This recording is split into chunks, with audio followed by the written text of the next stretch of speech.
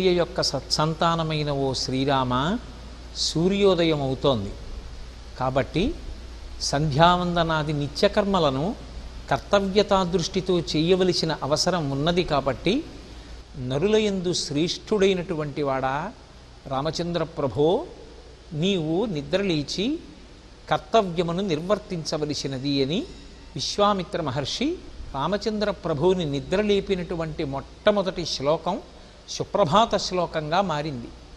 రామచంద్రమూర్తి ఈ భూమి మీద నరుడిగా అవతార స్వీకారం చేసి నడయాడినప్పుడు గురువుగారి సేవలో తరించడం కోసం, గురువుగారి ఆజ్ఞ నెరవేర్చడానికి, యజ్ఞ సంరక్షణ కొరకు, రాక్షస సంహారము కొరకు విశ్వామిత్ర మహర్షిని అనుగమించి ఒక రోజంతా ప్రయాణం చేసి గంగా సరయు సంగమస్థానమునందు రాత్రి విశ్రాంతి తీసుకున్నటువంటి సందర్భంలో తెల్లవారిపోయినప్పటికీ కూడా ఇంకా బడలిక చేత నిద్ర లేవనటువంటి రామలక్ష్మణులను చూచి సాక్షాత్ పరమేశ్వరుడైనటువంటి రాముడు నరుడిగా ఈ భూమి మీద నడయాడినప్పుడు బ్రహ్మర్షి అయినటువంటి విశ్వామిత్రుడు తనకు లభించినటువంటి అత్యద్భుతమైనటువంటి ఈ అదృష్టాన్ని చేతపుచ్చుకొని పరమేశ్వరుణ్ణి, నరుడిగా ఉన్న రాముణ్ణి నిద్ర లేపేటటువంటి అదృష్టానికి నోచుకున్నాడు. ఆ నోచుకున్నప్పుడు కౌసల్యా సుప్రజా రామ, కౌసల్య యొక్క సత్సంతానమైనటువంటి ఓ రామచంద్ర ప్రభో, నీవు నిద్ర లేవవలసినది. నిద్ర సమాధి స్థితితో సమానం కనుక ఎవరినైనా నిద్ర లేపేటప్పుడు దానికి తగిన కారణం చెప్పకుండా నిద్ర లేపకూడదు. కనుక పూర్వసంధ్య ప్రవర్తిస్తోంది, సూర్యోదయం అవుతోంది. కర్తవ్యం ఎవరైనా సరే ఇప్పుడు నిత్యకర్మని నెరవేర్చి సంధ్యావందనాది కార్యక్రమములను నెరవేర్చవలసి ఉంటుంది. కనుక ఓ రామా, నీవు నిద్ర లేవవలసింది అని విశ్వామిత్ర మహర్షి రామచంద్రమూర్తిని నిద్ర లేపినటువంటి ఈ శ్లోకం ప్రత్యక్షంగా బ్రహ్మర్షి అయినటువంటి విశ్వామిత్రుడు భగవంతునికి సుప్రభాతం పలికినటువంటి శ్లోకం. శ్రీరామాయణ మహాకావ్యంలో విశ్వామిత్ర మహర్షి రామచంద్రమూర్తికి సుప్రభాతం పాడగలిగినటువంటి అదృష్టానికి నోచుకున్నాడు. అందుకే ఏ దేవాలయంలో ఏ ధ్రువమూర్తి దగ్గర సుప్రభాతాన్ని పాడినా ఆ సుప్రభాతాన్ని స్వయంగా పరమేశ్వరుడి దగ్గరే పాడినటువంటి విశ్వామిత్ర మహర్షి యొక్క అదృష్టాన్ని జ్ఞాపకం చేసుకుంటూ కౌసల్యా సుప్రజా రామ పూర్వాసంధ్యా ప్రవర్తతే ఉత్తిష్ఠ నరశార్దూల కర్తవ్యం దైవమాహ్నికం. నిత్యకర్మని నెరవేర్చడం నీ కర్తవ్యవు సుమా అంటూ కర్తవ్యతానిష్టని ప్రబోధం చేస్తూ ప్రారంభమైన సుప్రభాతంలోని మొట్టమొదటి శ్లోకం ఈ శ్లోకం. ఉత్తిష్ఠాత్తిష్ఠ గోవింద ఉత్తిష్ఠ గరుడధ్వజ ఉత్తిష్ఠ కమలాకాంత త్రైలోక్యం మంగళం కురు. ఉత్తిష్టోత్తిష్ఠ గోవింద ఉత్తిష్ఠ గరుడధ్వజ అంటారు ఈ శ్లోకంలో. స్వామిని 3 పేర్లు పెట్టి పిలుస్తున్నారు. స్వామి నిద్రలే, స్వామి నిద్రలే, స్వామి నిద్రలే అని 3 నామములతో పిలిచి విజ్ఞాపన చేస్తున్నారు. మొట్టమొదట గోవిందా అని పిలిచారు. ఓ గోవిందా, నీకు శుభోదయమగుగాక. గరుడధ్వజ, నీకు శుభోదయమగుగాక. కమలాకాంత, నీకు శుభోదయమగుగాక. అటువంటి పేర్లు కలిగినటువంటి ఓ స్వామి, నీవు నిద్రలేచి 3 లోకములకు మంగళమును చేయవలసినది అని ప్రార్థన చేస్తున్నారు. ఉత్తిష్టోత్తిష్ట గోవింద ఉత్తిష్ట గరుడధ్వజ ఉత్తిష్ట కమలాకాంత త్రైలోక్యం మంగళం కురు. భాగవతం దశమస్కంధంలో శ్రీకృష్ణ పరమాత్మ చాలా చిన్న పిల్లవాడిగా ఉన్నప్పుడే 7 రాత్రులు 7 పగళ్ళు గోవర్ధనోద్ధరణం చేసి తన చిటికిన వేలు మీద ఆ కొండని ఎత్తి పట్టి ఆ కొండ కింద చేరిన వారిని రక్షించడమే కాకుండా ఆయన ఎక్కడ కొండ విడిచిపెట్టేస్తాడో, కొండ కిందకి వెడితే ప్రమాదం సంభవిస్తుందని కృష్ణుణ్ణి నమ్మి కొండ కిందకి వెళ్ళనిటువంటి వాళ్ళని కూడా బాలుండీతడు కొండదొడ్డది మహాభారంబు సైరింపగా జాలండోయని దీని కింద నిలువని చింతింపగా బోలదు అంటూ, ఓ బంధువులారా నన్ను నమ్మండి, నేను కొండ వదలను, వచ్చి కొండ కింద చేరండి అని పిలిచి రక్షించినటువంటి ఆ లీల గోవింద లీల. అందుకే కృష్ణావతారంలో గోవిందుడిగా పట్టాభిషేకం, గోవింద పట్టాభిషేకం. కాబట్టి ఆ గోవిందనామంతో పిలుస్తున్నారు, రక్షకత్వానికి మారుపేరు కనుక. గరుడధ్వజ, మహాభారతంలో వర్ణిస్తారు. గరుత్మంతుని యొక్క రెక్కలు అల్లార్చినప్పుడు వేదనాదాలు వినపడతాయి. ఆయన ఎప్పుడు గరుత్మంతుణ్ణి అధిరోహించి వచ్చినా రాక్షస సంహారం చేసి శిష్టులను పరిపాలించి ధర్మ సంస్థాపన చేస్తాడు. కాబట్టి అటువంటి స్వామి కమలాకాంత సాక్షాత్ శ్రీ మహాలక్ష్మి యొక్క భర్త అయినటువంటి వాడా, అందరూ ఏ తల్లి యొక్క కడగంటి చూపుని కోరుకుంటారో అటువంటి లక్ష్మీదేవి యొక్క అనుగ్రహాన్ని అందరూ కోరుకుంటే ఆ లక్ష్మీదేవి నీ యొక్క క్రీగంటి చూపుని కోరుకుంటుంది. అటువంటి లక్ష్మికి భర్త అయినటువంటి వాడా, 3 లోకములకు మంగళము చేయుట కొరకు నిద్రలేవవలసినది అని స్వామికి శుభోదయం కావాలని భక్తులు ఆర్తితో చేసినటువంటి ప్రార్థన ఈ శ్లోకం. మాతః సమస్త జగతాం మధుకైటవానే పక్షా విహారిణి మనోహర దివ్యమూర్తే శ్రీ స్వామిని స్థితజన ప్రియదానశీలే శ్రీ వెంకటేశ దయితే తవ సుప్రభాతం. మధుకైటభులనేటటువంటి రాక్షసుల్ని సంహరించినటువంటి ఓ శ్రీ మహావిష్ణువు యొక్క ఇల్లాలైనటువంటి తల్లి, మాతః సమస్త జగతాం మధుకైటభారే వక్షో విహారిణి మనోహర దివ్యమూర్తే, అటువంటి స్వామి యొక్క వక్షస్థలమునందు నివసిస్తూ ఆశ్రయించినటువంటి సమస్తమైనటువంటి భక్తజనుల యొక్క కోర్కెలను ఈడేర్చగలిగినటువంటి ఓ జగన్మాత, నీవు సాక్షాత్తుగా శ్రీవేంకటేశ్వరుని యొక్క దయాస్వరూపమైన దానవు. తల్లి నిద్రలేచి మా యొక్క కోర్కెలను ఈడేర్చి రక్షించు అని ప్రార్థన చేస్తూ అమ్మకి శుభోదయం కావాలని సుప్రభాత గీతికలు పాడుతున్నారు. ఈ శ్లోకంలో అమ్మవారిని శ్రీవేంకటేశ్వర స్వామి వారి యొక్క వక్షస్థలమునందు నివసించేటటువంటి తల్లి అని, స్వామి యొక్క దయాస్వరూపిణి అని సంబోధన చేస్తున్నారు. ఇందులో విశేషమేమంటే ఆ తల్లి ఎప్పుడూ వెంకటేశ్వరుని యొక్క వక్షస్థలమునందు నివసించి ఉంటుంది. ఆమె వక్షస్థలమునందు ప్రవేశించలేదు. ఆ తల్లి మహాపతివ్రతయ్యి ఎప్పుడూ స్వామి యొక్క పాదములను సేవిస్తూ ఉంటుంది.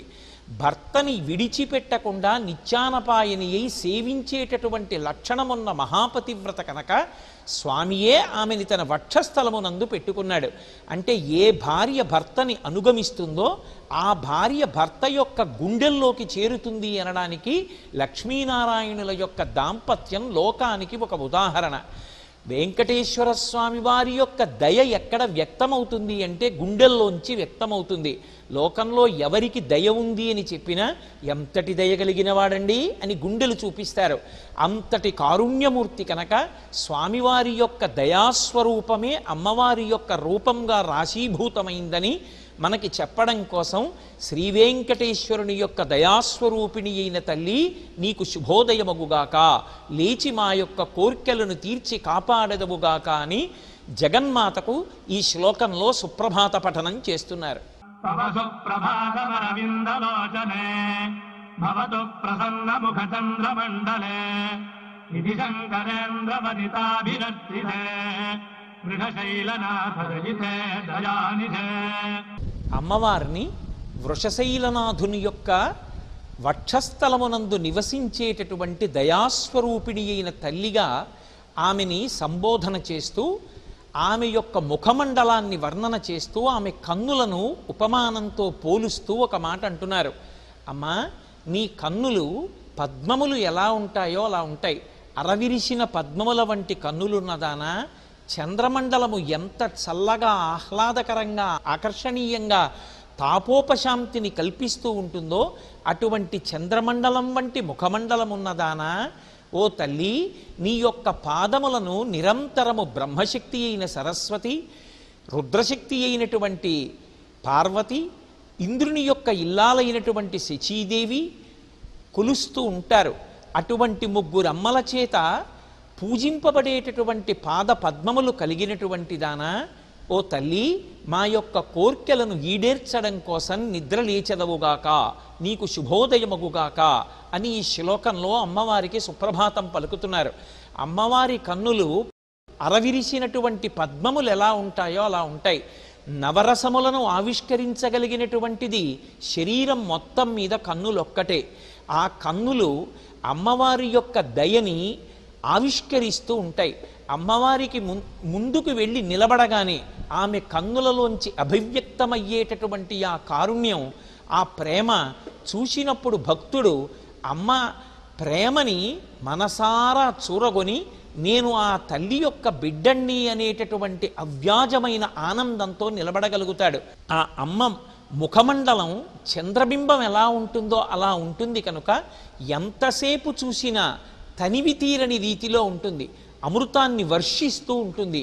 అటువంటి ముఖమండలం ఉన్నదానా మన ప్రయత్నం లేకుండా మన మనసు ఆమె యొక్క దర్శనమునందు లీనమయ్యేటట్టుగా చేయగలిగినటువంటి అద్భుతమైన శరీరమును దాల్చినదానా, ఓ తల్లి సాక్షాత్ సరస్వతీదేవి రుద్రాణి ఇంద్రుని యొక్క శక్తి అయినటువంటి శచీదేవుల చేత ఆరాధింపబడేటటువంటి పాదపద్మములు కలిగినటువంటి దానా, నీ పాదపద్మములకు నమస్కరించినటువంటి భక్తుల యొక్క సమస్తమైన కోర్కెలు ఈడేరతాయనడానికి వేరొక ఉదాహరణ ఏముంటుందమ్మా, మమ్మల్ని అనుగ్రహించవలసింది అని ఎలుగెత్తి తల్లిని ప్రార్థన చేసి శుభోదయం పలుకుతున్నటువంటి శ్లోకం ఈ శ్లోకం. శేషాచలాధిపతి అయినటువంటి ఓ శ్రీవేంకటేశ్వర, నీకు శుభోదయమగుగాక.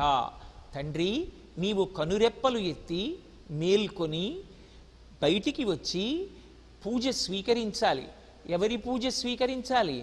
అత్రి మొదలైనటువంటి సప్తర్షులు నిన్ను సేవించాలనేటటువంటి ఉద్దేశ్యంతో స్నానాదులు పూర్తి చేసుకుని నిత్యకర్మ అయినటువంటి సంధ్యావందనాది కార్యక్రమాల్ని పూర్తి చేసుకుని ఆకాశగంగలో అరవిరిసినటువంటి పద్మములను చేతపట్టుకొని ఒక దేవాలయంలోకి ప్రవేశించేటప్పుడు పళ్ళు కానీ పువ్వులు కానీ పట్టుకుని వెళ్ళాలన్న నిబంధనని సప్తర్షులు కూడా పాటిస్తూ, ఓ శ్రీవేంకటేశ్వర, నీ పాదములను అర్చించాలనేటటువంటి ఆర్తితో వచ్చి నిలబడి ఉన్నారు.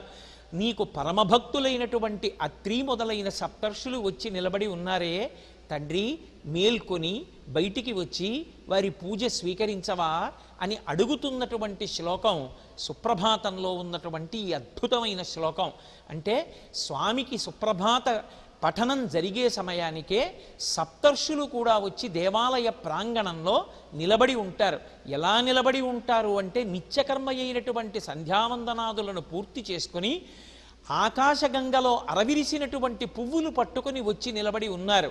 అంటే అంతర్లీనంగా భక్తులకు చేయబడేటటువంటి ప్రబోధం ఏది అంటే, సుప్రభాత పఠనము జరుగుతున్న వేళకి దేవాలయంలోకి ప్రవేశించేటటువంటి వేళకే నిత్యకర్మను ఈడేర్చి తమ తమ కర్తవ్యములను పూర్తి చేసుకొని ఒక దేవాలయంలోకి ప్రవేశించేటప్పుడు ఎటువంటి భక్తితో ఏ నిబంధనలను పాటించి వెళ్ళవలసి ఉంటుందో అటువంటి రీతిలో భక్తులు ప్రవేశించవలసి ఉంటుందని అంతర్లీనంగా ప్రబోధం చేస్తూ, స్వామివారికి సప్తర్షులు కూడా సేవించి తరించాలన్న ఆర్తితో వచ్చి నిలబడిన సన్నివేశాన్ని ఆవిష్కరిస్తూ మన కన్నుల ముందు ఆ సుప్రభాత వేళని ఆవిష్కరించిన అద్భుతమైన శ్లోకం ఈ శ్లోకం. పంచాననాభ్యమవషణ్ముఖవాసవాద్యాః త్రైవిక్రమాదిదరితం విబుధాస్తువంతి భాషాపతిః పఠతి వాదరశుద్ధిమారాత్ శేషాద్రిశేఖర విభో తవ సుప్రభాతం. స్వామి శేషశైలాధిపతి, నీ దర్శనం కోసం వచ్చి ఆర్తితో నిలబడిన వారు ఎంతమంది ఉన్నారో తెలుసా? పంచాననాబ్జ భవషణ్ముఖ వాసవాద్యాః.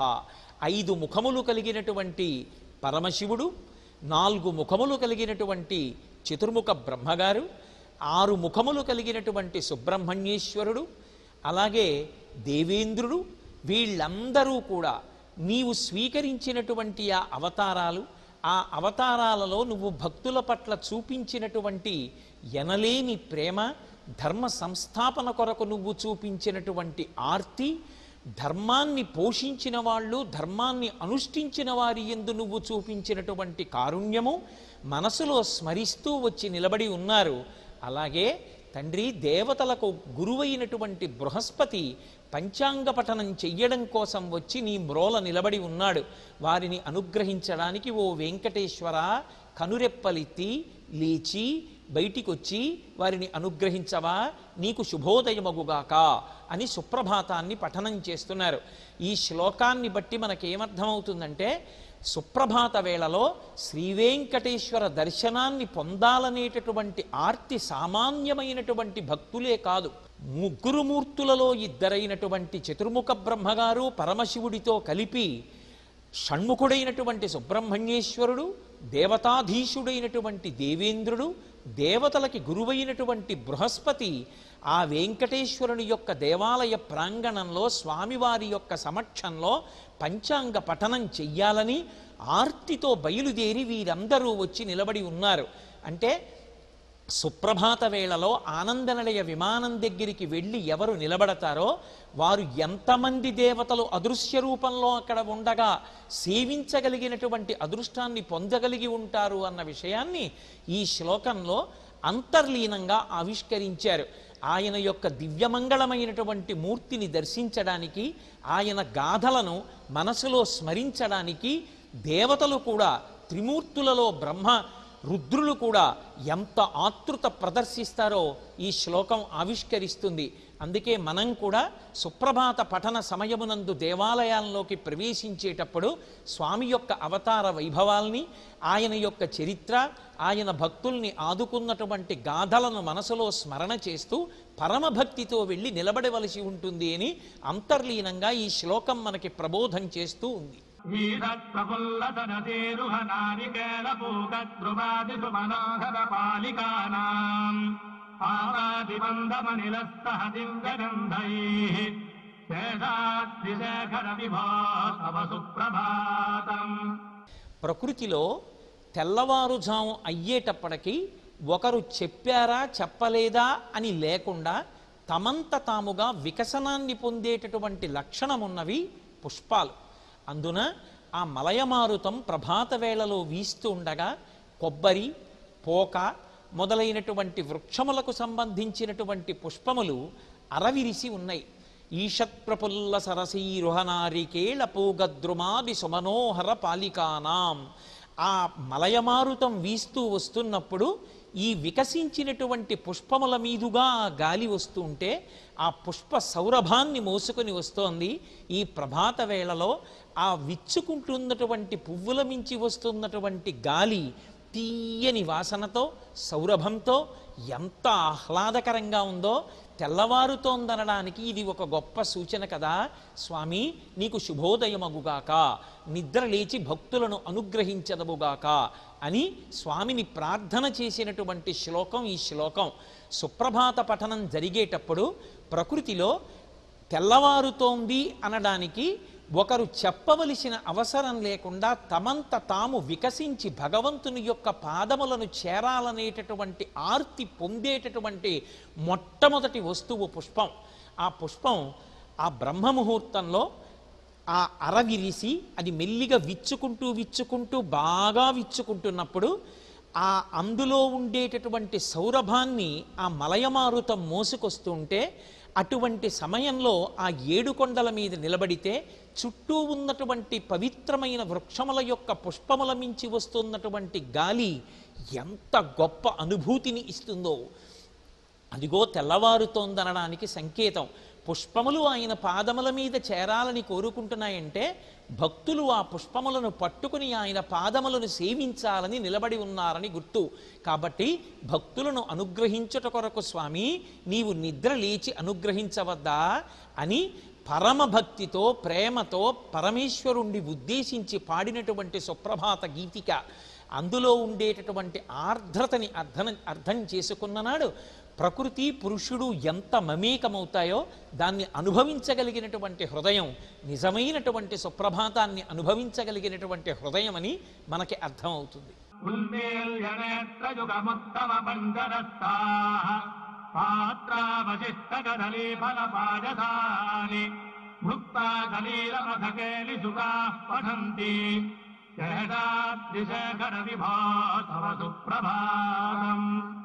శ్రీవేంకటేశ్వర నీకు శుభోదయమగుగాక. స్వామి సుప్రభాత వేళవుతోంది, నీవు నిద్ర లేవవలసింది అని స్వామికి విజ్ఞాపన చేస్తూ తెల్లవారుతోందనడానికి ప్రకృతి సంబంధమైనటువంటి కొన్ని సంకేతములను చూపిస్తున్నారు. ఏ విధంగా పుష్పములు తమంత తాము బ్రహ్మముహూర్తమునందు అరవిరిసి తమ సౌరభాన్ని మలయమారుతంలోకి నింపుతాయో అలాగే ఒకరు లేపవలసిన అవసరం లేకుండా తమంత తాము లేచి తమ యొక్క కలకూజితములతో నింపేటటువంటి లక్షణమున్నవి పక్షులు.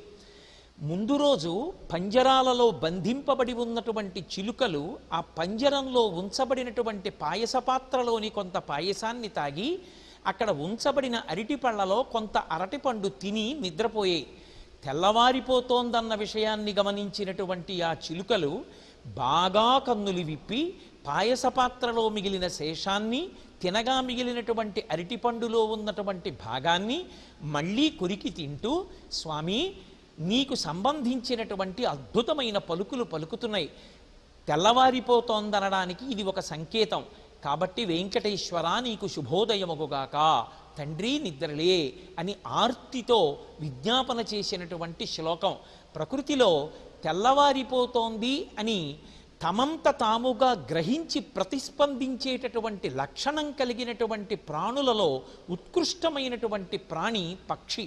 అందుకే పక్షికి ఒకరు చెప్పక్కర్లేదు తెల్లవారుతోందని.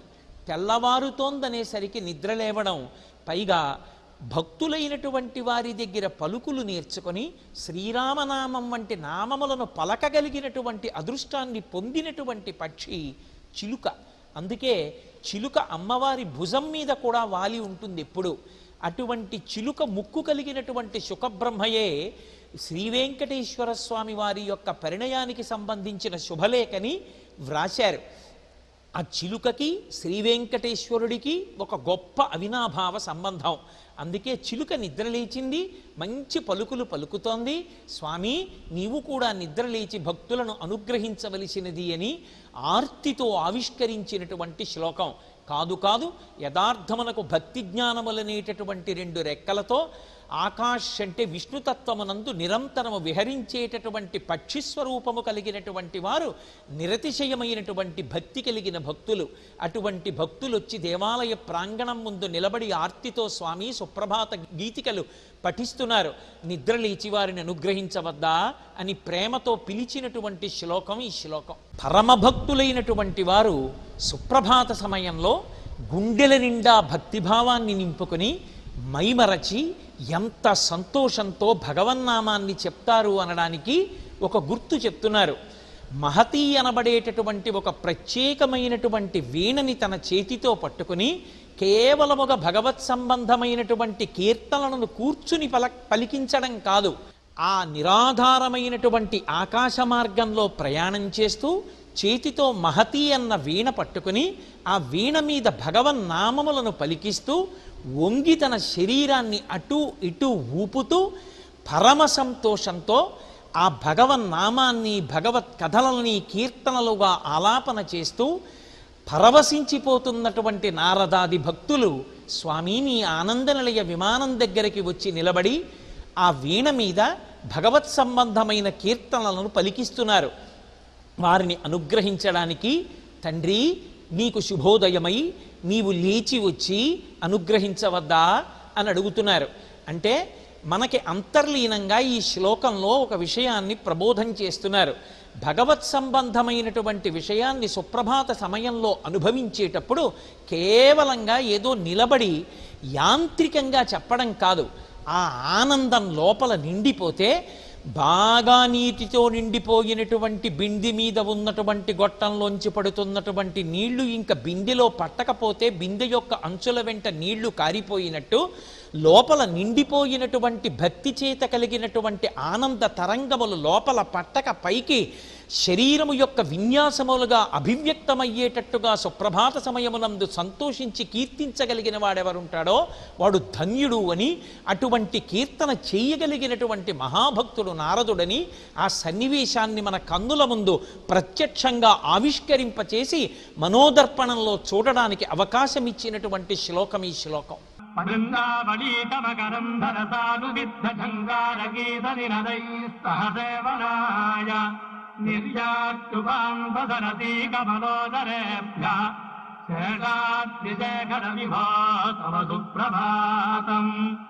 ఎంత అందమైనటువంటి రీతిలో ఆ ప్రకృతి యొక్క సంకేతాల్ని చూపిస్తున్నారంటే, పక్కనే ఉన్నటువంటి సరోవరంలో అరవిరిసినటువంటి తామర పువ్వులలో ఉండేటటువంటి మకరందాన్ని పానం చేయడం కోసం తుమ్మెదలు గుంపులు గుంపులుగా బయలుదేరి వచ్చాయి. ఆ బయలుదేరి వచ్చినటువంటి తుమ్మెదలు అరవిరిసిన పద్మాలలో ఉండేటటువంటి మకరందాన్ని కడుపు నిండా తాగాయి. ఇప్పుడు ఆ కడుపు నిండిపోయినటువంటి ఆ తుమ్మెదల యొక్క సమూహములు అనుకున్నాయిట, మనం వెళ్ళి శ్రీవేంకటేశ్వరుని యొక్క పాదపద్మములను సేవిద్దాం. ఇప్పటి వరకు బాహ్యంలో ఉండేటటువంటి పద్మముల యందున్న మకరందాన్ని తాగాం, ఇప్పుడు మత్తెక్కి పడుకోవడం కాదు, ఇప్పుడు పరమ సంతోషంలో వెళ్ళి వెంకటేశ్వరుని యొక్క పాదార విందములను సేవిద్దామని గుంపులు గుంపులుగా బయలుదేరి వచ్చి నిలబడి ఉన్నాయి. స్వామి కను తెరిచి బయటికి వచ్చి వాటిని అనుగ్రహించి వాటి యొక్క భక్తిని స్వీకరించదవుగాక, నీకు శుభోదయముగుగాక అంటారు. సుప్రభాత సమయంలో ఉండేటటువంటి ప్రకృతి సంబంధమైన విశేషాన్ని వర్ణించడంలో ఈ శ్లోకం ఒక అద్భుతాన్ని ఆవిష్కరించింది. ఎందుచేత అంటే సూర్యుని యొక్క లేత కిరణములు తగిలేటప్పటికి సరోవరాలలో ఉండేటటువంటి పద్మాలు తమంత తాము వికసించడం మొదలు పెడతాయి. పద్మం వికసించడం మొదలు పెట్టేటప్పటికీ ఆ పద్మంతోనే కలిసి అదే సరోవరంలో పుట్టినటువంటి కప్పకి కానీ, చాపకి కానీ, నత్తకి కానీ, పీతకి కానీ ఆ పద్మంలో ఉన్న మకరందం యొక్క విలువ తెలియదు. ఎక్కడో ఉన్నటువంటి తుమ్మెదలు సమూహాలుగా వచ్చి పద్మాలలో ఉండేటటువంటి మకరందాన్ని పానం చేస్తాయి. అవి కేవలం మకరంద పానం చేసి ఊరుకోలేదు, మకరంద పానం చేసేటప్పుడు ఝంకారాన్ని ఆపేయి. మకరందపానం అయిపోయాక మళ్ళీ తిరిగి ఝంకారం చేస్తున్నాయి. దేనికోసం? ఇప్పటి వరకు అవి తేనె తాగింది బాహ్యంలో ఉన్న అరవిందముల యందు, ఇప్పుడు అవి భగవంతుని యొక్క పాదారవింద సేవనము కోసం బయలుదేరాయి. అంటే షట్పదము అంటారు. పంచేంద్రియములు మనస్సు కలిపి 6 కాళ్లతో కూడినటువంటి షట్పదమై భక్తులైనటువంటి వారు భగవంతుని యొక్క పాదముల యందు ఉండేటటువంటి ఆ ఆనంద మకరంద ద్రవాన్ని పీల్చి తమలో తాము రమించిపోయేటటువంటి స్థితిని పొందడానికి ఉద్యుక్తులై నిలబడి ఉన్నటువంటి సన్నివేశాన్ని అంతర్లీనంగా ఆవిష్కరించిన పరమాద్భుతమైన శ్లోకం ఈ శ్లోకం. యోగాగణేన వరదద్రిమిమధ్యమానే ఘోషాదజేదుదధిమంథన తీవ్రఘోషాః ఘోషాత్కలిం విదధతే గగుభస్తపుంభాః శేషాద్విశేఖర విభాస్ తవ సుప్రభాతం. ఇదొక పరమాద్భుతమైనటువంటి శ్లోకం. ఈ శ్లోకంలో శ్రీవేంకటేశ్వరునికి కృష్ణ పరమాత్మకి ఉన్న అభేద తత్వాన్ని ఆవిష్కరిస్తున్నారు. అసలు యథార్థానికి భవిష్యోత్తర పురాణంలో ఆయన జనకో వసుదేవస్య ఆ దేవకీ జననీమమ అని చెప్పుకున్నాడు. దేవకీ వసుదేవులు నా తల్లిదండ్రులు, నేను కృష్ణుండని. అందుకే ఈ శ్లోకంలో అంటున్నారు, యాదవుల యొక్క ఇండ్లలో యాదవకాంతలు నీవు జన్మించిన తరువాత కలిగినటువంటి విశేషమైనటువంటి ఐశ్వర్యము వలన ఆవులు బాగా పాలిస్తే వచ్చినటువంటి ఆ తోడుకున్నటువంటి పెరుగు గట్టిగా కుండలలో ఉంటే దానిలోకి కవ్వాన్ని దింపి వాళ్ళు తాళ్ళు కట్టి ఆ కవ్వాలతో పెరుగు చిలుకుతూ ఉంటే వాళ్ళ చేతులకు పెట్టుకున్నటువంటి ఆ కంకణముల యొక్క ధ్వని, మెడలో వేసుకున్నటువంటి హారముల ధ్వని, ఈ ధ్వనులు వాళ్ళు పాడుతున్నటువంటి పాటల యొక్క శబ్దములు, ఈ 3 మేళవించి ఒక కొత్త ధ్వని పుడుతుంటే ఇది చాలదన్నట్టుగా గట్టిగా ఉన్నటువంటి పెరుగులోకి దింపబడినటువంటి ఆ కవ్వాన్ని వాళ్ళు బాగా తాటితో పట్టుకుని లాగుతున్నప్పుడు ఆ కవ్వం కదులుతుంటే కుండకి కవ్వానికి యుద్ధం వచ్చిందేమోనన్నట్టుగా ఛర్ ఛస్ అన్న శబ్దములు వినపడుతున్నాయి. కాబట్టి తెల్లవారిపోయింది, యాదవకాంతలు పెరుగు చిలుకుతున్నారనడానికి కృష్ణ పరమాత్మవైన ఓ వెంకటేశ్వర, నీకు ఈ సంకేతము చాలదా? నిద్రలే, నీకు శుభోదయమగుగాక అని సంకేతిస్తున్నారు. నిజంగా శ్రీకృష్ణుని యొక్క బాల్యలీలలో ఈ నవనీతాన్ని అపహరణం చెయ్యడం, అమ్మ చల్ల చేయడం, చల్ల చేస్తున్న అమ్మ దగ్గరికి కృష్ణుడు పరిగెత్తుకు రావడం, ఆయనకి గోపకాంతలకి ఉన్నటువంటి అనుబంధం, ఆయన ఆ ఆవుల్ని, దూడల్ని, ఎద్దుల్ని కాసినటువంటి సన్నివేశం, అవి జ్ఞాపకానికి రాగానే కృష్ణ పరమాత్మకి వెంకటేశ్వరుడికి అభేదం కలక పరమ సంతోషంతో ఉలిక్కిపడి నిద్రలేస్తాడని కృష్ణావతారంలో తెల్లవారుజామున జరిగినటువంటి సన్నివేశాల్ని శ్రీవేంకటేశ్వరుని ముందు సుప్రభాత గీతికలుగా పాడి భక్తులు పరవశించినటువంటి సందర్భం ఆవిష్కరింపబడిన శ్లోకం ఈ శ్లోకం.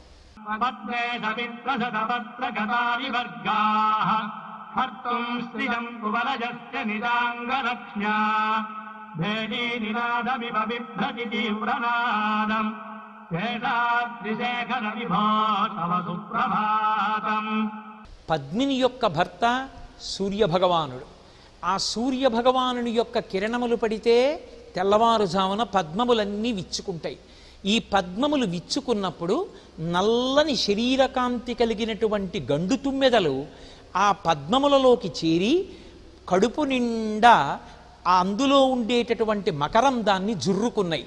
ఇప్పుడు మకరందాన్ని జుర్రుకున్నటువంటి ఆ నల్లని గండు తుమ్మెదలు ఒక్కసారి పైకి లేచి ఝంకారం చేస్తున్నాయి. ఆ పద్మంలో ఉన్నటువంటి తేనె తాగినంతసేపు ఝంకారం చెయ్యకుండా నిశ్శబ్దంగా ఉన్నటువంటి తుమ్మెద పైకి లేచినప్పుడు ఝంకారం చేస్తోంది. ఎందుకు ఝంకారం చేస్తోంది అంటే కవి ఎంత అందంగా దాన్ని ఆవిష్కరించాడంటే నల్లని పద్మములలో ఉండేటటువంటి కాంతిని అపహరించడానికి నల్లని తుమ్మెదల బారు యుద్ధానికి వచ్చిందా, అది పెద్ద పెద్ద భేరీలు మోగిస్తోందా అన్నట్టుగా అవి చేస్తున్నటువంటి ఝంకారపు సవ్వడలు వినపడుతున్నాయి. ఈ శ్లోకంలో ఉన్నటువంటి అద్భుతమైన విశేషం ఏమంటే సుప్రభాత సమయంలో ప్రకృతిలో వచ్చేటటువంటి మార్పులు ఎలా ఉంటాయి, అసలు ఆ పువ్వులు విచ్చుకునేటటువంటి ప్రక్రియ ఎలా ఉంటుంది, అందులో ఉండేటటువంటి మకరందపానం చెయ్యడానికి వచ్చేటటువంటి తుమ్మెదల బారు, దాని యొక్క శరీర కాంతులు, అవి చేసే ఝంకారాలు, ఊగుతూ ఉండేటటువంటి పువ్వు నలగకుండా వాలిపైకి లేచేటటువంటి తుమ్మెదలు, తుమ్మెద లేచిపోయిన తరువాత తల కదిపినట్టుగా సంతోషంతో ఊగిన పద్మాలు, వీటిని తెల్లవారిపోతోందని వెంకటేశ్వర స్వామి వారికి సంకేతించి పాడినటువంటి ఈ సుప్రభాత శ్లోకం ప్రకృతిని వర్ణించడంలో అద్భుతమై నిలబడింది. స్వామి పుష్కరిణి ప్రత్యేకమైనటువంటి వైభవము కలిగినటువంటి పుష్కరిణి. అటువంటి అద్భుతమైనటువంటి పుష్కరిణి యందు ఎవరు స్నానం చేశారు అంటే పరమశివుడు, చతుర్ముఖ బ్రహ్మ మొదలైనటువంటి వారు వచ్చి అందులో స్నానం చేసి నీ యొక్క శ్రేయస్సుని కోరుకునేటటువంటి వారు, నీ యందు పరమ మిత్రభావన కలిగినటువంటి వారు కనుక నీ యొక్క దర్శనాన్ని త్వరగా పొందాలనేటటువంటి ఆర్తితో అంతటి వారు కూడా తమ తమ వైభవాల్ని మర్చిపోయి తోసుకొచ్చి దర్శనాన్ని పొందాలనేటటువంటి ఆర్తితో ఉన్నారు స్వామి అని ఈ శ్లోకంలో ఆవిష్కరిస్తున్నారు. అంటే ఆ వెంకటేశ్వరుడి యొక్క దర్శనాన్ని పొందాలనేటటువంటి ఆర్తి అందరి యందు ఎంత మిక్కుటంగా ఉంటుంది అన్న విషయాన్ని చెప్పడానికి పరమేశ్వరుడు బ్రహ్మగారి వంటి వారే అంతటి ఆర్తిని పొంది ఉంటారంటే ఆయన దర్శనాన్ని పొందడానికి సామాన్యులు ఆర్తి పొందడంలో ఆశ్చర్యమేముంది. పరమశివుడి వంటి వాడు, చతుర్ముఖ బ్రహ్మ వంటి వారు వచ్చి స్వామివారి యొక్క పుష్కరిణిలో స్నానం చేసి నిర్మలమైనటువంటి అంగములు కలిగినటువంటి వారు అయ్యారట. వెంకటాచలానికి వెళ్ళినటువంటి వారు అందరూ కూడా తప్పకుండా చేయవలసినటువంటి కర్తవ్యాలలో ఒకటి స్వామి పుష్కరిణి స్నానం. ఆ స్నానం చేసినప్పుడు అది మామూలు స్నానం కాదు. సుప్రభాత సమయంలో పుష్కరిణిలో స్నానం బ్రహ్మాది దేవతలు వచ్చి స్నానం చెయ్యగా వారి యొక్క శరీరములను తాకినటువంటి పవిత్రమైనటువంటి ఉదకం, అందులో స్నానం చెయ్యడం మరింత శోభని పుణ్యాన్ని మనకి చేకూరుస్తుందని అంతర్లీనంగా ఈ శ్లోకంలో ప్రతిపాదన చేస్తూ స్వామి దర్శనానికి దేవతలు కూడా పొందేటటువంటి ఆర్తిని ఆవిష్కరించినటువంటి సన్నివేశాన్ని ఇందులో పొందుపరిచారు. శ్రీశైల గరుడాచల వెంకటాద్రి నారాయణాద్రి వృషభాద్రిముఖ్యాం ఆఖ్యాం త్వరీయవసతేరతి సంవదంతి శ్రీ వెంకటాచలపతే తవ సుప్రభాతం. శ్రీశేషశైల గరుడాచల వెంకటాద్రి నారాయణాద్రి వృషభాద్రి వృషాద్రి ముఖ్యాం. ఆయన ఉన్నటువంటి ఆ కొండని ఎన్ని పేర్లతో పిలుస్తున్నారు అంటే దాన్నే నారాయణాద్రి అని పిలుస్తున్నారు, దాన్నే వెంకటాద్రి అని పిలుస్తున్నారు, దాన్నే వృషభాద్రి అని పిలుస్తున్నారు, దాన్నే శేషాద్రి అని పిలుస్తున్నారు, దాన్నే వృషాద్రి అని పిలుస్తున్నారు. స్వామి నీవు ఉన్నటువంటి ఆ స్థానాన్ని, ఆ కొండలను ఇన్ని పేర్లతో పిలుస్తున్నారు.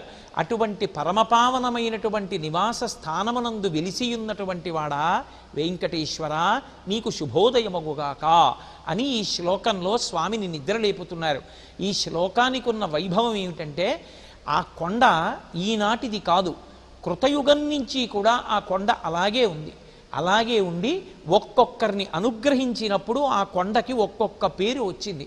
ఒకానొకప్పుడు వృషభాసురుడు అనబడేటటువంటి రాక్షసుడు శ్రీమన్నారాయణుడి చేతిలో వధింపబడి ఆయన చిట్ట చివరి కోరికగా ఈ కొండ నా పేరు మీద ఉండాలి అని అడిగితే ఆయన పేరు పొంది వృషభాద్రి అయింది. ధర్మమునకు నివాసము కనుక వృషాద్రి అయింది. నారాయణుడు వేంచేసి ఉన్న పర్వతం కనుక నారాయణాద్రి అయింది. ఒకానొకప్పుడు వాయువుకి శేషుడికి మధ్య జరిగినటువంటి కలహంలో శేషుడు అక్కడికి వచ్చి నిలబడినటువంటి కారణం చేత వాయువు చేత తేబడి ఉండిపోయిన వెంకటేశ్వరుని క్రీడాద్రి కనుక శేషాద్రి అని పిలవబడింది. ఆంజనేయుడు ప్రభవించినటువంటి ప్రదేశం కనుక అంజనాద్రి అని పిలవబడింది.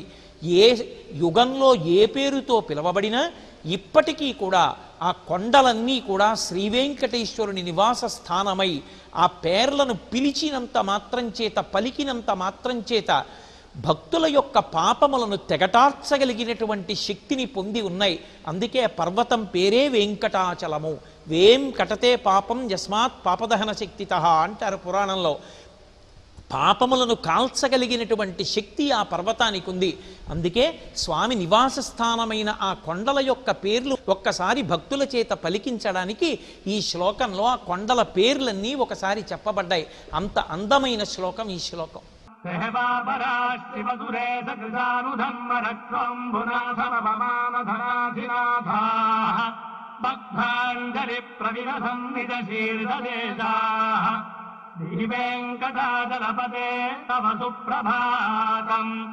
ఈ శ్లోకంలో అన్ని దిక్కుల నుండి దిక్పాలురందరూ శ్రీవేంకటేశ్వరుని సేవ చెయ్యడానికి సుప్రభాత సమయంలో వచ్చి నిలబడేటటువంటి విశేషాన్ని వర్ణిస్తున్నారు.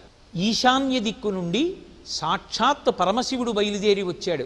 తూర్పు నుండి ఇంద్రుడు, ఆగ్నేయము నుండి అగ్ని, దక్షిణ దిక్కు నుండి యమధర్మరాజు, అలాగే నైరుతి నుండి నిరుతి, అలాగే పశ్చిమం నుంచి వరుణుడు, అలాగే వాయవ్యం నుంచి వాయువు, ఉత్తరాన్నించి కుబేరుడు, అన్ని దిక్కుల నుంచి అందరు దిక్పాలకులు కూడా వచ్చి నీకు నమస్కారం చెయ్యాలనేటటువంటి కుతూహలంతో రెండు చేతులు జోడించి జోడింపబడినటువంటి ఆ రెండు చేతుల మీద తమ శిరస్సు నుంచి నీ ముందు వంగినప్పుడు ప్రకాశిస్తున్నటువంటి వారి యొక్క శిరస్సులు, వారి కిరీటములు, అందులో ఉండేటటువంటి మణుల కాంతులు భక్తులకు ద్యోతకమవుతున్నాయని ఈ శ్లోకంలో ఆవిష్కరిస్తున్నారు.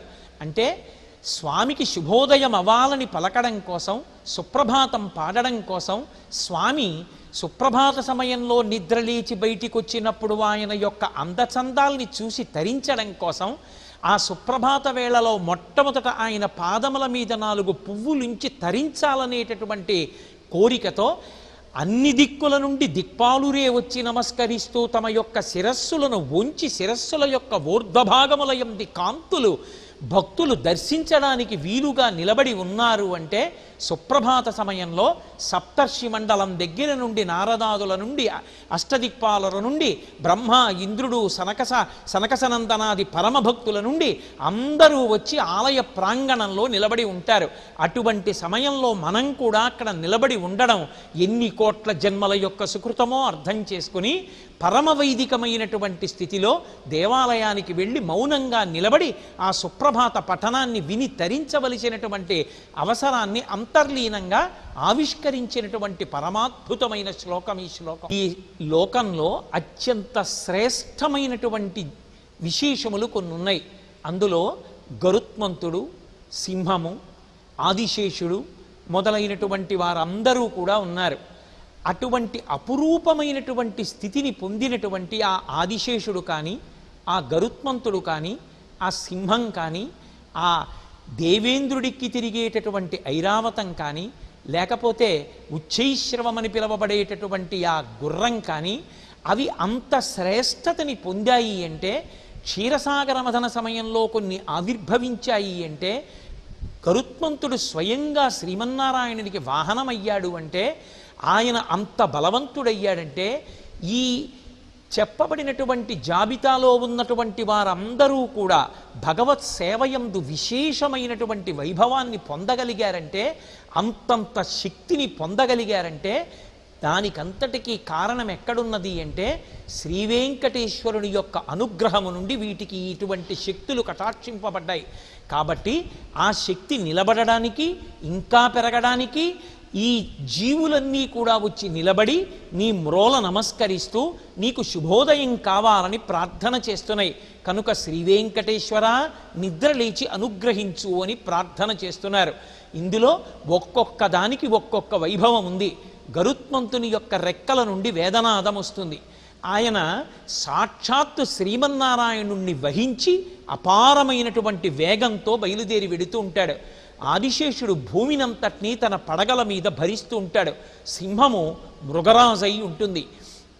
సరే, ఐరావతము ఇంద్రుడు అధిష్ఠించి తిరిగేటటువంటి వాహనమై ఉంటుంది. ఈ ప్రాణులకు ఇంతంత గొప్ప గొప్ప శక్తులు వచ్చాయి అంటే పుట్టుక చేత వాటిగా వచ్చినటువంటి శక్తులు కావు. భగవంతుని యొక్క కేవల కరుణా దృష్టి చేత వీటికి ఇంత గొప్ప విభూతి కలిగింది. అందుకే స్వామి ఒక చోట చెప్తాడు, ఈ లోకంలో ఎక్కడెక్కడ ఏ ప్రాణి యందు ఏ విభూతి ప్రకాశించినా అదంతా నాదేనంటాడు. అంత గొప్ప విభూతి ఈ ప్రాణులు పొందినప్పుడు ఈ విభూతి అంతా స్వామి అనుగ్రహంగా మాకొచ్చిందన్న భక్తితో అవి నిలబడి ఇంకా ఆ శక్తులు పెరగాలని కోరుకుంటున్నాయంటే మనకి కూడా పరమేశ్వరుడు ఏ విభూతినిచ్చాడో అది భగవంతుని యొక్క అనుగ్రహ ప్రసాదమని మనసులో రూఢము చేసుకొని అవి లోకోద్ధరణ కొరకు పనికి రావాలని, ఇంకా పెరిగి భగవత్ ప్రసాదంగా వాటిని అనుభవించగలిగిన శక్తి కలగాలని, సుప్రభాత సమయంలో మనం వినయంతో నిలబడాలని అంతర్లీనంగా ప్రబోధం చేసినటువంటి శ్లోకం ఈ శ్లోకం.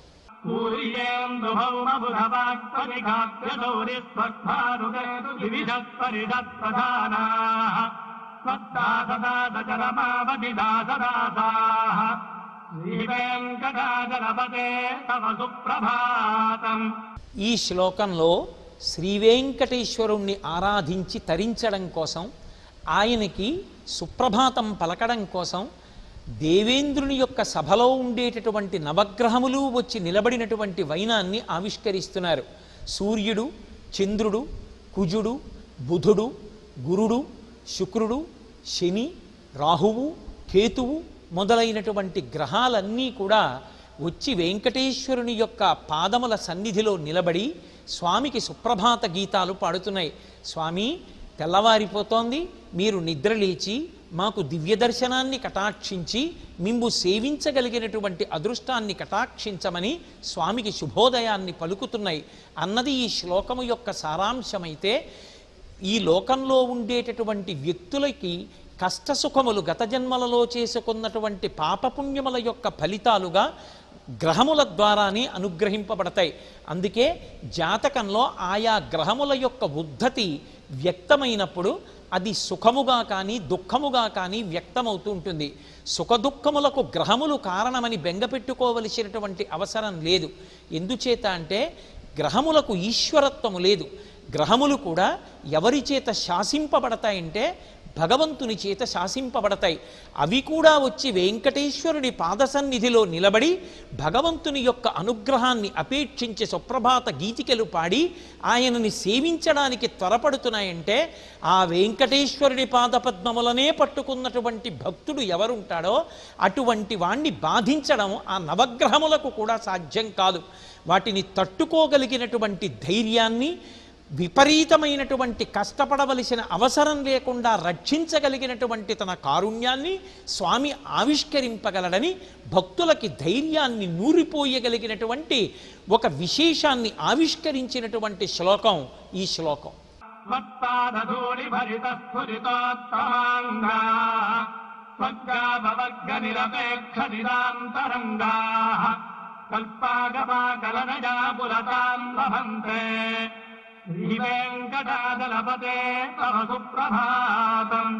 తత్పాదధూళి భరిత స్ఫురితోత్తమాంగాః అంటూ ప్రారంభం చేశారు ఈ శ్లోకాన్ని. అంటే పరమ భాగవతోత్తములైనటువంటి వారెవరున్నారో వారి యొక్క శిరస్సుల మీద నీ పాదములకు అంటి ఉన్నటువంటి ధూళి కణములు కనపడుతున్నాయి. అటువంటి ధూళి కణములతో ప్రకాశిస్తున్నటువంటి తలలు కలిగినటువంటి ఆ పరమభక్త శిఖామణులు మోక్ష పదవిని కూడా అపేక్షించకుండా ఈ కల్పం దాటిపోతుందేమోనని బెంగ పెట్టుకుని కూర్చుని ఉన్నారు వెంకటేశ్వర నీకు శుభోదయమగుగాక అని ఈ శ్లోకంలో స్వామిని నిద్రలేపుతున్నారు. ఈ శ్లోకంలో అంతర్లీనంగా ప్రకటింపబడినటువంటి వైభవం ఏమి అంటే, పరమభాగవతోత్తములైనటువంటి వారు స్వామివారి యొక్క పాదముల జంటని తమ రెండు చేతులతో పట్టుకుని తమ తల వంచి ఆయన పాదములను తమ శిరస్సుల మీద ధరిస్తారు. అందుకే అది ధ్యానమునందు అనుభవించగలిగినటువంటి స్థితి. గృహీత్వా హస్తాభ్యాం శిరసి నయనే వక్షసి వహన్ అంటారు శంకర భగవత్పాదులు శివానందలహరిలో.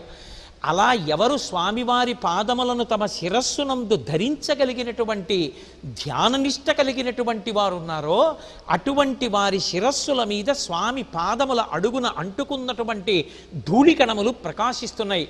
అంతటి ధార్మికులు, ధ్యాననిష్టాగరిష్ఠులు, భక్తి శేఖరులైనటువంటి భాగవతోత్తములు పొందేటటువంటి చిట్ట చివరి ప్రయోజనం మోక్షమే.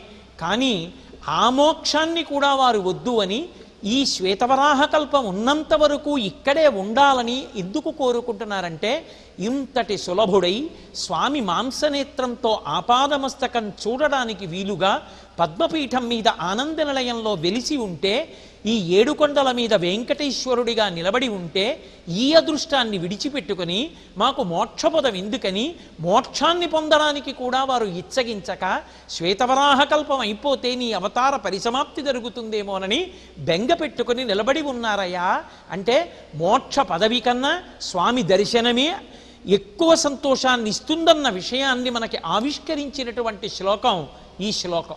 त्वद्गोपुराग्रशिखराणि निरीक्षमाणाः त्वत्काभवर्गपदवीं परमां सजन्तः मत्या मनुष्यभुवने मतिमास्तजन्ते श्रीवेङ्कटाचलपते तव सुप्रभातम्. ఈ శ్లోకంలో భక్తుల యొక్క ఆర్తిని అద్భుతంగా ఆవిష్కరిస్తున్నారు. తాము శరీరంతో ఉన్నంత కాలము పరమ భక్తితో ధార్మికంగా జీవనం చేసినటువంటి భాగవతోత్తములైనటువంటి వారు శరీరాలు విడిచిపెట్టేసిన తర్వాత ఊర్ధ్వలోకవాసం చెయ్యడం కోసం, స్వర్గాది లోకములను పొందడం కోసం వారు వెళ్ళిపోతున్నటువంటి సమయంలో ఆ స్వర్ణకాంతులు విరజిమ్ముతున్నటువంటి ఆనంద నిలయ విమానం వంక చూసి, మాకు ఆ స్వర్గాది పదవులు కూడా వద్దు, మాకు దేవతా పదవులు వద్దు, మాకు ఊర్ధ్వలోకవాసం వద్దు, మేము ఈ భూమండలంలో ఈ ఆనంద నిలయ విమానాన్ని చూస్తూ ఇక్కడే ఉండిపోతాం, వెంకటేశ్వరుని పాదసేవ చేస్తామని పరమభాగవతోత్తములైనటువంటి వారు కోరుకుంటున్నారు. వెంకటేశ్వర నీకు వినపడలేదా? లేచి అటువంటి భాగవతోత్తములైన వారికి, నీ మ్రోల నిలబడి సుప్రభాత గీతికలు పాడుతున్న వారికి మంగళములను చేకూర్చవలసినది అని ఎలుగెత్తి పలికినటువంటి సుప్రభాత గీతిక ఈ శ్లోకం. అంటే సాధారణంగా ఈ లోకంలో పరమభక్తితో ధార్మికమైనటువంటి జీవితాన్ని గడిపి అనేకమైనటువంటి పుణ్యములను చేసినటువంటి వారు శరీరం పడిపోయిన తరువాత మోక్ష పదవినైనా అలంకరిస్తారు, అథవా స్వర్గాది లోకములను ఎందు వాసము చెయ్యడానికి ఆ ఊర్ధ్వలోకముల వైపుకి వెళ్ళిపోతారు. అలా వెళ్ళిపోతున్న వాళ్ళు మాకు మోక్ష పదవులొద్దు, మాకు స్వర్గాది లోకములొద్దు, మాకేం కావాలి అంటే ఈ ఆనంద నిలయ విమాన గోపురాన్ని చూస్తూ ఉండిపోతే చాలు, వెంకటేశ్వరుని యొక్క పాద సేవ చెయ్యగలిగితే చాలు, వీటికన్నా స్వర్గలోక వాసం దేవతా పదవులు మాకు గొప్ప కాదు అని తృణీకరించారంటే, ఈ లోకంలో ఈ భూమండలంలో వెంకటాచలానికి ఇంత దగ్గరలో పుట్టి వెంకటేశ్వరుని యొక్క పాద సేవ చెయ్యగలిగి ఆనంద నిలయ విమాన గోపురాన్ని చూడగలిగినటువంటి కన్నులు కలిగి ఉండడం మనం ఎంత అదృష్టాన్ని పొందినటువంటి వారమో అంతర్లీనంగా మనకి జ్ఞాపకం చేసి ఆ వైభవాన్ని అందుకుని తరించమని మనకి ప్రబోధం చేసినటువంటి శ్లోకం ఈ శ్లోకం.